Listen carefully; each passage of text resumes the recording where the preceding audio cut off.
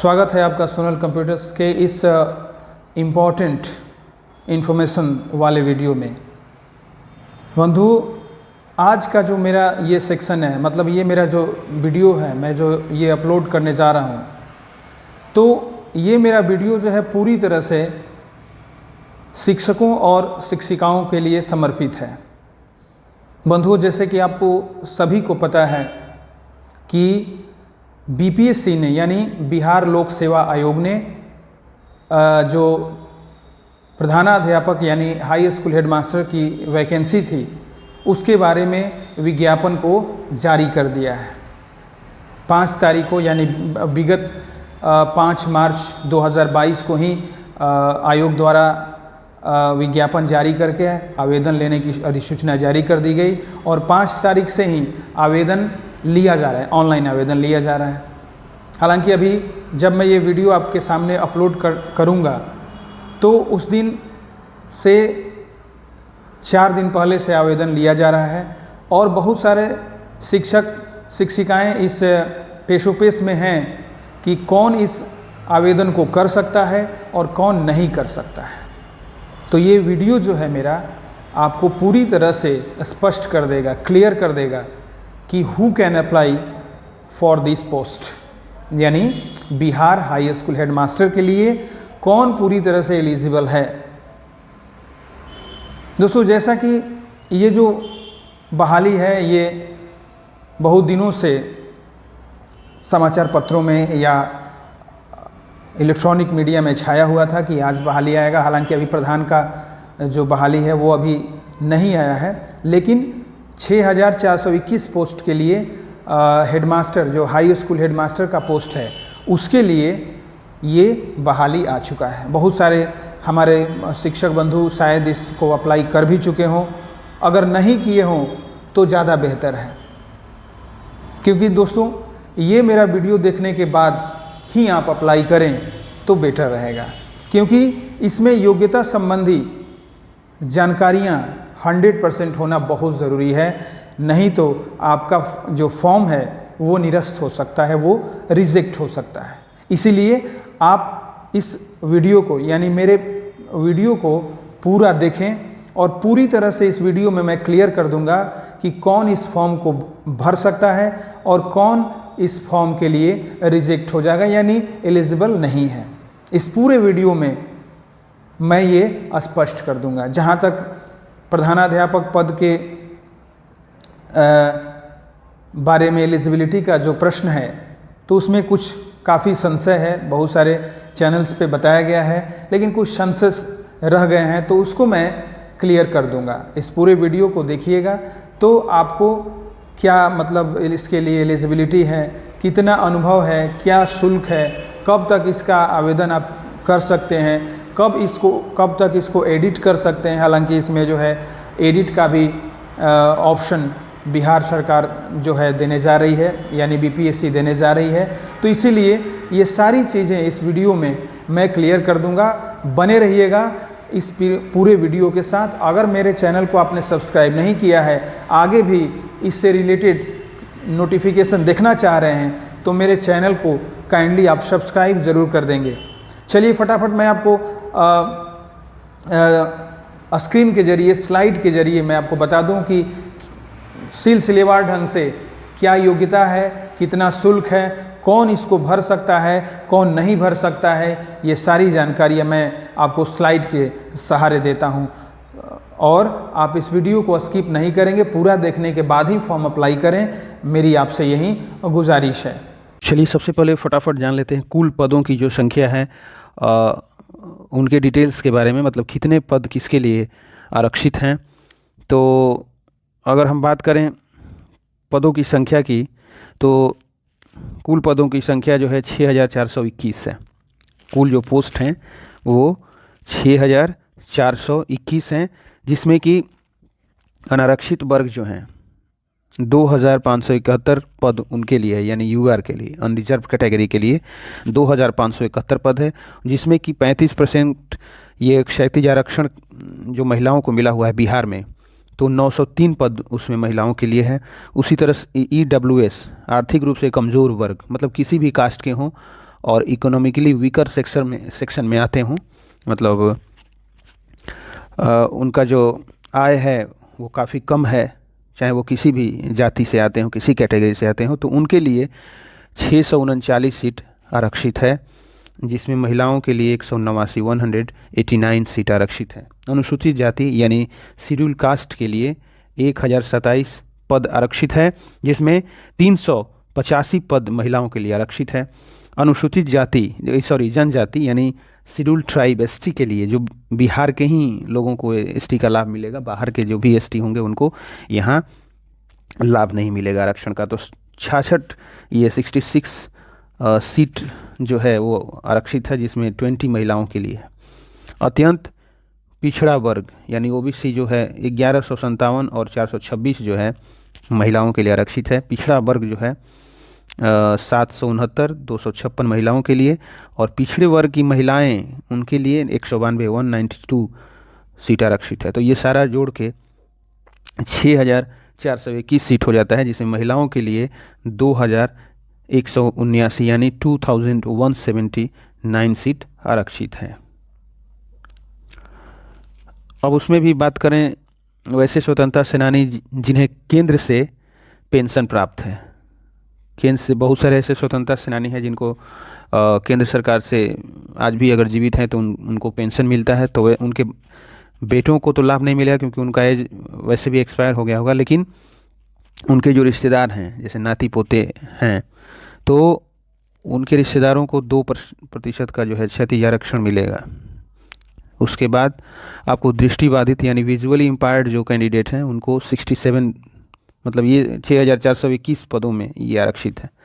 तो उसके बाद मूक बधिर डीडी जो है डिफ डिजेबल जो कैंडिडेट हैं उनको 65 अस्थि दिव्यांग यानी ऑर्थोपेडिकली हैंडीकैप्ड जो कैंडिडेट हैं उनको 63 और मनोविकार या बहुत दिव्यांग यानी मेंटल डिसेबिलिटी जिनको है, डिसऑर्डर जिनको है, उनको 66 यानी 62 सीटों का आरक्षण मिलेगा।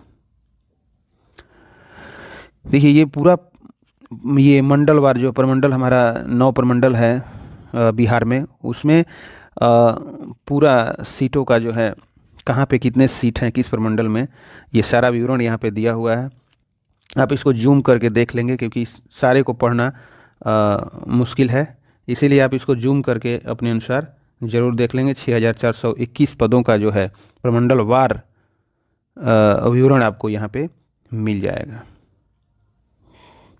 अब देखिए सबसे मूल चीज़ हो जाती है किसी भी सर्विस को लेकर के कि उसका वेतन कितना है। तो 35,000 रुपये प्रति माह आपको वेतन मिलेगा, जिसमें अन्य भत्ते जो है जैसे मान लीजिए HRA हो गया, DA हो गया, मेडिकल अलाउंस हो गया, तो ये सारा जोड़ करके आपको 45+ सैलरी मिलने की उम्मीद है, ये जो बिहार हेडमास्टर की नियुक्ति होने वाली है। सबसे बड़ी बात इस BPSC के जो हेडमास्टर का नियुक्ति हो रही है उसमें शैक्षणिक योग्यता को लेकर के बहुत पेशोपेश में लोग हैं। तो आज मैं इसमें क्लियर कर देता हूं कि कौन से लोग एलिजिबल हैं BPSC हेडमास्टर के लिए। तो अगर शैक्षणिक योग्यता की बात करें तो भारत का नागरिक हो तथा बिहार राज्य का निवासी हो, ठीक है। भारत का वो नागरिक होना चाहिए, मस्ट बी इंडियन सिटीजन, और डोमिसाइल प्राप्त होना चाहिए बिहार का। उसके अलावा मान्यता प्राप्त विश्वविद्यालय से कम 50% अंकों के साथ स्नातकोत्तर उत्तीर्ण हो यानी मास्टर डिग्री होना चाहिए 50% जो है अंकों के साथ। अगर SC ST है तो उसको जो है 5% की छूट दी जाएगी यानी 45% वैसे छूट दी जाएगी। मौलाना मजहरुल हक अरबी एवं फारसी विश्वविद्यालय पटना में ये स्थित है। मौलाना मजहरुल हक अरबी एवं फारसी विश्वविद्यालय पटना बिहार, बिहार राज्य मदरसा शिक्षा बोर्ड द्वारा प्रदत्त फाजिल की डिग्री एवं कामेश्वर सिंह दरभंगा संस्कृत विश्वविद्यालय द्वारा प्रदत्त जो आचार्य की डिग्री है उसको भी स्नातकोत्तर के समकक्ष माना जाएगा। तो ये ध्यान रखिएगा, नोट कर लीजिएगा। अगर यहाँ से आप पास आउट हैं ये सारे जो मैंने बताए तो आप स्नातकोत्तर के इक्विवेलेंट हो जाएंगे और इसमें एलिजिबल हैं आप। उसके अलावा और शैक्षणिक योग्यता होनी चाहिए कि आप मान्यता प्राप्त संस्थान से BA, BEd और बीएससी एड उत्तीर्ण हो।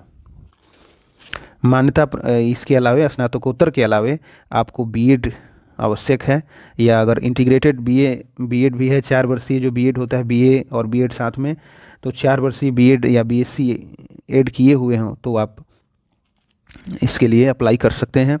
और वर्ष 2012 या उसके बाद नियुक्त शिक्षक हेतु शिक्षक पात्रता परीक्षा में उत्तीर्ण हो। अगर 2012 में आप नियुक्त हुए हों किसी भी माध्यमिक या उच्च माध्यमिक स्कूल में टीचर के रूप में, तो आपको टीईटी या स्टेट जो भी होता है वो पास होना अनिवार्य है।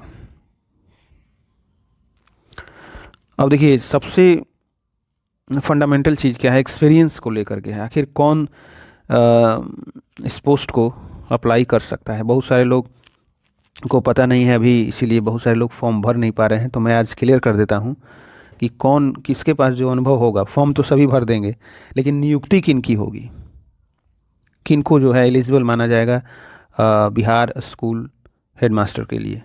तो देखिए सबसे पहला अनुभव है राज्य सरकार के विद्यालय में पंचायती राज संस्था एवं नगर निकाय संस्था अंतर्गत माध्यमिक शिक्षक के पद पर न्यूनतम 10 वर्ष की लगातार सेवा।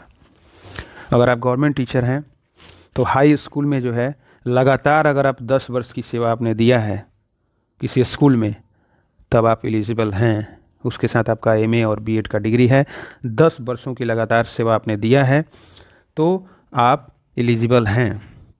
उसके अलावा सीबीएसई, ठीक है, यानी केंद्रीय माध्यमिक शिक्षा बोर्ड जो है, सीबीएसई, आईसीएसई, बीएसईबी से स्थायी संबद्धता प्राप्त विद्यालय में माध्यमिक शिक्षक के पद पर न्यूनतम 12 वर्ष की लगातार सेवा। अगर आप प्राइवेट टीचर हैं और सीबीएसई बोर्ड से कंप्लीटली मान्यता प्राप्त, एफिलिएटेड ही नहीं, कंप्लीट उनको सीबीएसई से मान्यता प्राप्त हो, आईसीएसई बोर्ड से मान्यता प्राप्त हो, या बिहार सरकारी बहुत सारे स्कूलों को मान्यता देती है, अगर वैसे स्कूल से आप लगातार 12 वर्ष की सेवा करके निकले हैं तो आप अप्लाई कर सकते हैं।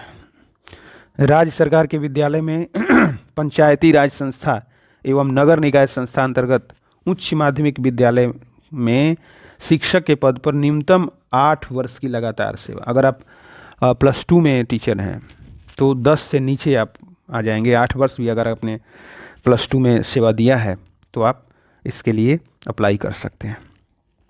उसके बाद ठीक उसी तरह से CBSE board, ICSE board, BSE board से जो स्थायी संबद्धता प्राप्त विद्यालय है उसमें अगर आप 10+2 में शिक्षक हैं और लगातार 10 वर्ष की आपने सेवा दिया है तो आप इसके लिए एलिजिबल हैं। और उक्त अवधि की जो गणना है योगदान की तिथि अथवा प्रशिक्षण अर्हता प्राप्त करने की तिथि जो बाद की हो आधार पर की जाएगी। मतलब जिस दिन आप योगदान करेंगे उस समय तक आपके पास ये योग्यता होनी चाहिए, तभी आप जा कर के ये कर सकते हैं।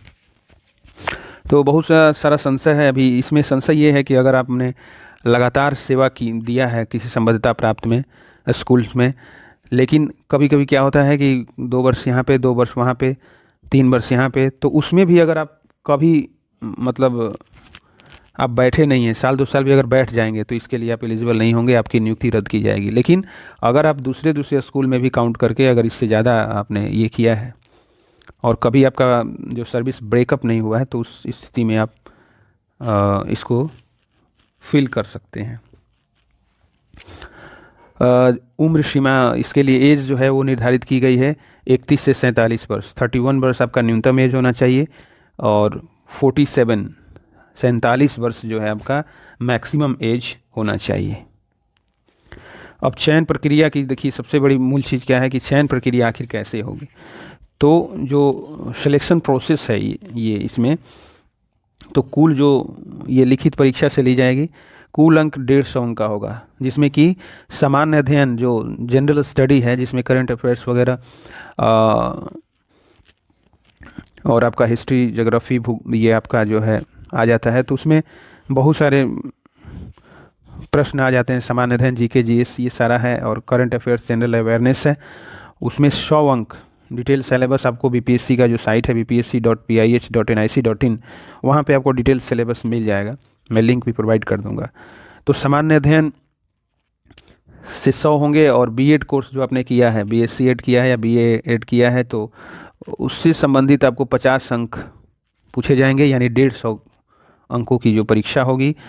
लेकिन ध्यान रखिएगा कि पहली बार जो है ऐसे परीक्षा में निगेटिव मार्किंग का जो प्रावधान है, जिसमें एक गलती होने पर आपका 0.25 अंक काट लिए जाएंगे।